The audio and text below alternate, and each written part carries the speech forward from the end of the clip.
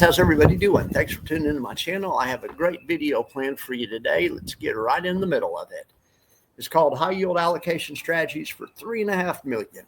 We're going to hop into the retirement simulator. I haven't used that a lot lately. We're also going to look at Portfolio Visualizer a little bit as well and try to get some strategies lined out here. Jackson, could you come back here, please, buddy?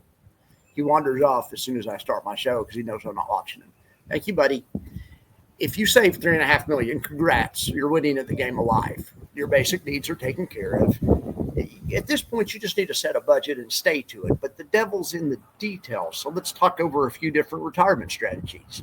Okay, now strategy number one is the 4% rule. It's a rule used by a lot of planners. It's very common. The rule pretty much says you can sell 4% of your assets in retirement and live at least 30 years. Now, it depends, depending on what the market does and how well you've invested your nest egg, it could last longer or not. But this rule says you could basically sell $140,000 worth of stock every year and just live off it, and you'd probably be all right. Well, my only problem with that rule is that it's pre-tax dollars. If you have $3.5 million, even if you're retired, your bracket's not going to be great. So let's say the 4% rule isn't enough for you. So $140,000, which is 4% before tax, is not a lot of money, or it's not as much as it used to be. After taxes, this isn't even six digits. If you live in Austin, you might want to think about moving to San Antonio or Waco. I'm assuming in this scenario that it's for a couple that lives in an expensive area like New York or maybe Southern California. So this couple needs more income than $120,000. They need $120,000 after taxes, so more like $200,000 before taxes. So strategy number two would be the maximum retirement. The maximum retirement says, hey, I've worked hard all my life. The 4% rule is fine for you, but it's not going to be for me. My 4% rule is going to be more like a 6% rule. I know people like this. So here's a plan for that type of person.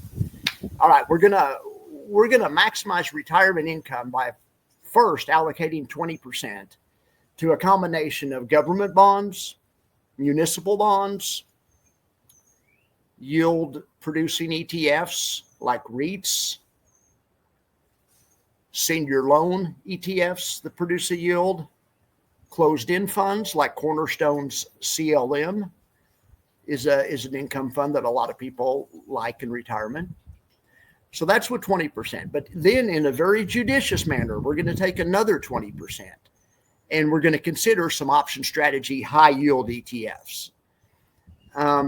And maximum of 20%, but really the key to the maximum retirement is actually to minimize the high yield ETF. So I'll get to that in a second.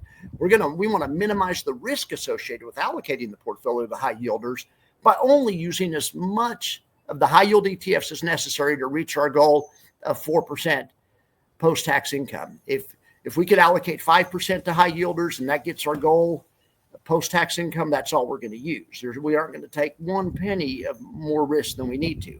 And we don't have to. When you have $3.5 million, presumably you've already taken some risk that have paid off along the way somewhere, multiple risks that have paid off. We aren't going to take any more in retirement. We don't have to.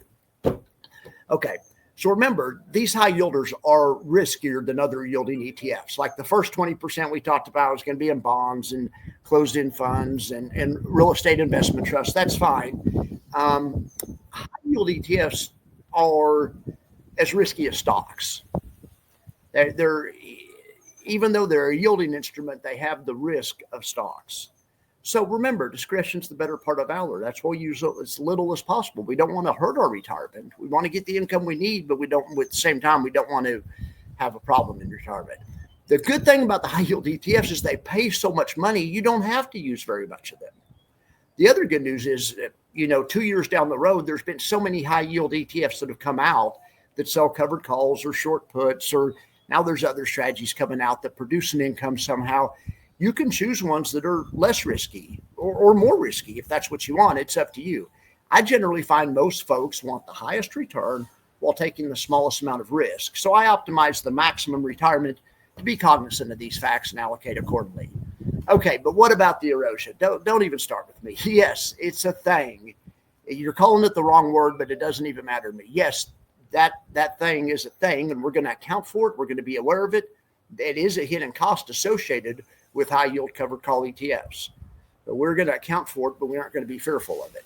This is another reason right here to only use as much of these high yielders as you need, not a penny more. All right, so let's get in the retirement simulator and kick the tires. Now, it's been a while since I've got this out, and let me try to explain real quick. It's very simple. Let me show you how I did this. On the left is a list of common ETFs in retirement: SPYI, Qs, SCHG, XDTE from Roundhill. Anyway, so we'll just start with SPYI. So all I did is I made a spreadsheet that says SPYI, and then it gives you in the past 12 months how many dividends have they paid. So SPYI's paid $7.06 in dividends. Okay, well that's pretty good. Well, all I did is I took the closing price 6 months ago. I mean, the closing price a year ago, the closing price today. So a year ago, SPYI was at 509. Today, SPYI is at 562. Or a few days ago it was. I do this once a week on Fridays. Anyway, as of last Friday, it was there. Okay, well, so you can see the SPYI itself is up about $50. But in addition to that, they've paid $7 worth of dividends. Anyway, from that, we can figure out everything we need: the NAV return, the recent yield, the total return, blah, blah, blah. We got the whole thing. So we can go. So what the retirement simulator does, it can't predict the future, but it can go back a year, and we can say, okay, if I would have allocated this way a year ago, what would I be looking like now? Now, like I say, and that doesn't tell you what the next year's like. It does tell you if we have another year next year that's like last year. It gives you an idea what you might kind of expect, but but of course there's no guarantees in life. Okay, so what I did here is we're gonna test ABCD. We're gonna test 4 different portfolios. The first one here, 60% SPYI. Okay, remember, and then I said 20% yielding type stuff, but not clever call funds. So like we have BND, which is a bond high yield fund. We have O, which is real estate investment trust. What's that called? Realty Income out of San Diego. I think their offices are in San Diego. All right. Then we have HYG, which is a high yield corporate bond fund. And then we have TLT. So those are 5% each. That's our 20% of our yielding type investments, type ETFs. And we could have put other ones in here too. We could also use SRLN, the senior loan ETF, and actually we did. We used that one. We didn't use TLT. I'm sorry. We used SRLN. So our yielding portfolio is bond, which is just government bonds, real estate investment trust, which is the symbol's O. It's just a big one, and it's easy to remember the symbol. I don't have any other symbols of real estate investment trust memorized, I don't think. O is just easy to remember. All right, HYG is a great fund, and so is senior loan. So this shows us the amount we would have to allocate. So remember, it's $3.5 million. So this guy would have 2.1 in SPYI. He'd have 175,000 in these 4 ETFs. Okay, and but then in addition to that, we're gonna put another 20% or less in the yielding portion of in some high yield funds. So the high yield funds are 5% in XDTE, and then 15% in SPYI. So that's for a total of 20%. So we have 20% in bonds and REITs and stuff like that, 20% in covered call funds, and then the rest in SPYI. Okay, and what this will tell us now, we can go over here. So here's portfolio A, SPYI, bond, O, and SRLN. Cover. Okay, anyway, here's the portfolios and here's the allocations. Now, what I want to do at first is just compare it to portfolio B, which is just standard 60-40, SPYI, stocks and bonds, no high yield funds. Okay, so let's see. So portfolio A started with $3.5 million. If you would have done this a year ago, right now you'd have $3.7 million. So your account balance would be up $200,000. You would have also generated $178,000 of income before taxes. After taxes, that comes to about $116,000. So the total gain is about $316,000 or 9% on your money. If you would have used this allocation a year ago, you'd be up about 9% right now. You would have been spending or earning $2,200 weekly during the past year, or $322 a day. That's what you're going to live off of in retirement, or $9,600 a month. Perfect. Now here's the erosion. The erosion here is $35,000. And where did that come from? It came from our high yield ETF. It came from XDTE. Well, that's too bad. We accounted for it. It comes out to 0.5% of our portfolio. The 4% rule says you can just outright sell 4% of your portfolio. So with my dead factor rule, I want to keep the dead factor under 4%, even though we aren't really selling, we're synthetically selling. So 0.5% on the dead factor to me is acceptable. And let me show you exactly what that is and what the dead factor is. So let's go over here to, all right, portfolio A. The erosion came from mainly the 15% SPYI. I don't think SPYI had any erosion, but the 5% XDTE had some erosion. So how can we measure erosion? Well, it's easy. Let's say it's the wrong word. Erosion's not really a thing, but anyway, whatever. It doesn't even matter. So we have $175,000 worth of this ETF. Okay. But we have to look into A results. Or we have to look under starting value and ending value. So there it is. There's the XDT starting value, 175,000, but the ending value was only 154,000. So that $20,000, that we're throwing that all in the bucket, even though it's not really correct to call it all erosion. It is erosion, decay, and depletion. It's all three of those things in the bucket. So anyway, that, we're out $20,000 thanks to investing in this fund that we shouldn't be out, but we created an income for ourselves because this fund pays like 30 or 40% yield. That XDT is providing most of the yield. Now let's see if any of the other ones, SPYI actually had a little bit of erosion, $14,000 worth. So between SPYI and XDTE, that's where the erosion came from. Okay. It's not something that's mysterious. It's just something we can account for and handle. All right. So I would definitely say portfolio B, which is just your plain old 60-40. Now let's see how they did. They came out a little better on total return. They had $3.73 million at the end of the term. However, their income was only $80,000, and that was before taxes. So it was only $52,000 after taxes. But total gain of $288,000. They made about 8%, and they had zero erosion. Great job. Zero erosion, zero decay, zero depletion. They didn't have any of it. So I mean, if you want no erosion and you can live off of $4,300 a month in retirement, and you have $3.5 million, 60-40s, go see your own financial planner. But something like the 60-40 might work perfect for you because it's very safe, steady, gives you the income you need. My scenario is for a person that wants a little bit of an elevated income. All right, so now let's see what else I've done. So portfolio C. Portfolio C, what I did just to test another allocation strategy, and I'm not recommending this one at all, but I just wanted to show kind of how it works. But strategy C would be we could just do a homemade Dorsey Wright. So we put it in the 5 hottest funds in the Yield Max universe every month. And I have a way to determine that, a metric. But anyway, right now, those 5 funds, let's see what they are. So this is portfolio C allocation. So we have stocks and bonds just like normal, but then we have we only needed 1.1% of each of these 5 funds to reach our retirement goals. We only have 1.1% of NFLY. We have 1.1% of SPYI, 1.1% of NVDY, 1.1% of XOMO, and 1.1% of MSTY.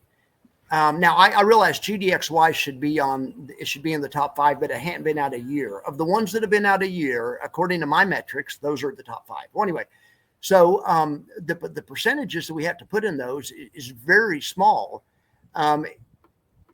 So that allowed me to put a little bit extra in stocks and bonds. Bonds, instead of being 20%, it's 22.5. stocks, instead of being 60, I boosted up to 72, because why not? Because look at the results here. Portfolio C, like I said, I'm not recommending this, but I wanted to show how a more aggressive allocation would work.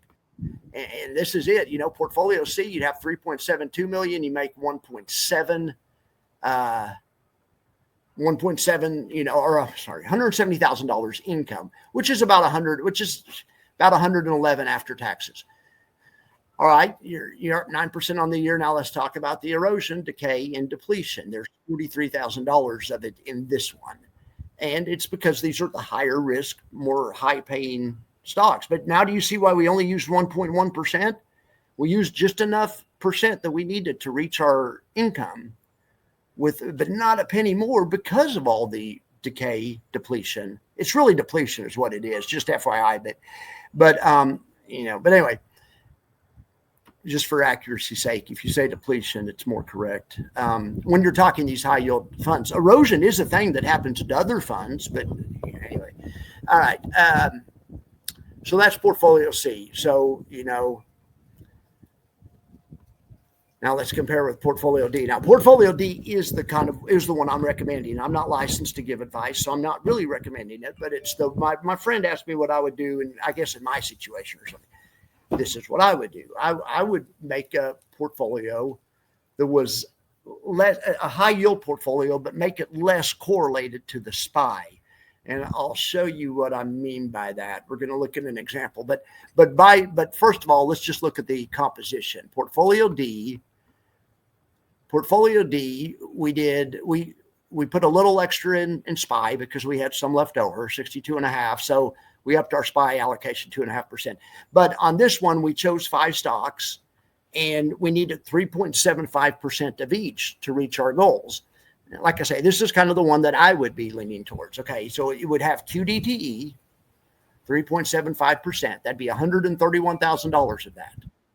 Okay, but then you would also have 3.5%. You would also have TLTW. It's not really high yield, but it's a covered call fund that pays a yield that's based on bonds. It's based on the TLT, which is the government bond ETF. Okay, so we'd have $122,000 of that. Also, we added more to this. We added a quarter point more to this one because it didn't come out even. But anyway, the other ones would have 3.5%. And they would be TLTW, which is a fund based on bonds, GLDI, which is a fund based on gold, SPYI, which is just your basic high yield covered call fund. We just put that in there for stability. I just like that fund.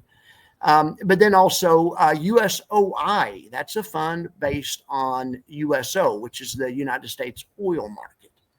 So that's our less correlated fund. That's our less correlated portfolio. And the idea about being less correlated, we have 2 high yield funds, XDTE and SPYI, that are fully, that pretty much will move with the stock market. But then we have 3 funds that ought not to move with the stock market. So we have gold, which has forever been an inflation hedge. We have oil, and we have bonds. And bonds kind of move with the market, but not as much as the market itself. So let me show you how I can illustrate that point. We're going to open up Portfolio Visualizer. Okay. I made Portfolio A. I put Portfolio A in there, which is SPYI, bonds, real estate investment trust, high yield corporates, senior loans, some QDTE, and some SPYI. That was the first portfolio. So let's see how correlated this is. So this is a correlation chart. 1 means it's perfectly correlated. Of course, SPYI is perfectly correlated to itself, but we'll just read the chart down here. Then SPYI to bonds is only 64% correlated. In other words, bonds and SPYI just go the same direction and have the similar magnitude 64% of the time. Real estate investment trust don't go the same direction as they only go the same direction as SPYI less than 1/5 of the time, 0.19, very less correlated. Then high yield corporate bonds are somewhat correlated. They move with stocks 75% of the time. Senior loans, also a little bit less correlated. They just have about half the correlation to the SPY. And then we have our two high yield funds, QDTE and SPYI, that are pretty much fully correlated. SPYI at 99 is basically the same as SPY. It's basically you should get the same type of risk. QDT, you should have very, very similar risk also. So that's an example of a portfolio that is more correlated. That's portfolio A, the one I showed at first.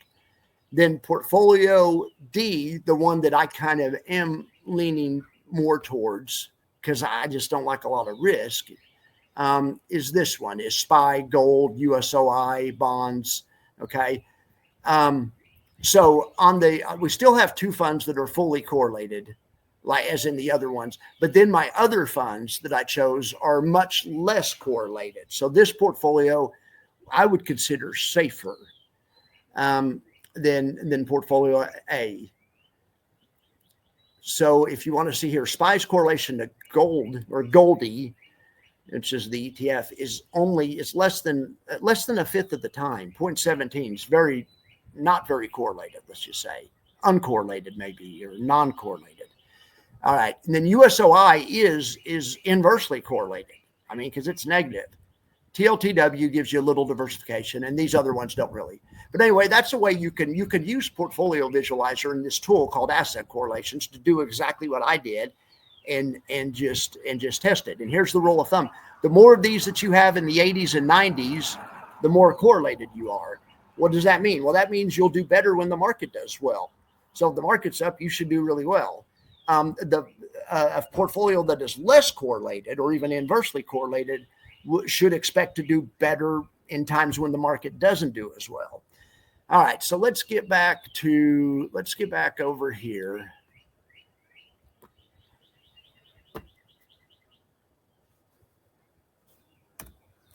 All right, so correlation is the enemy of diversification. And I really do believe diversity is our strength in investing anyway.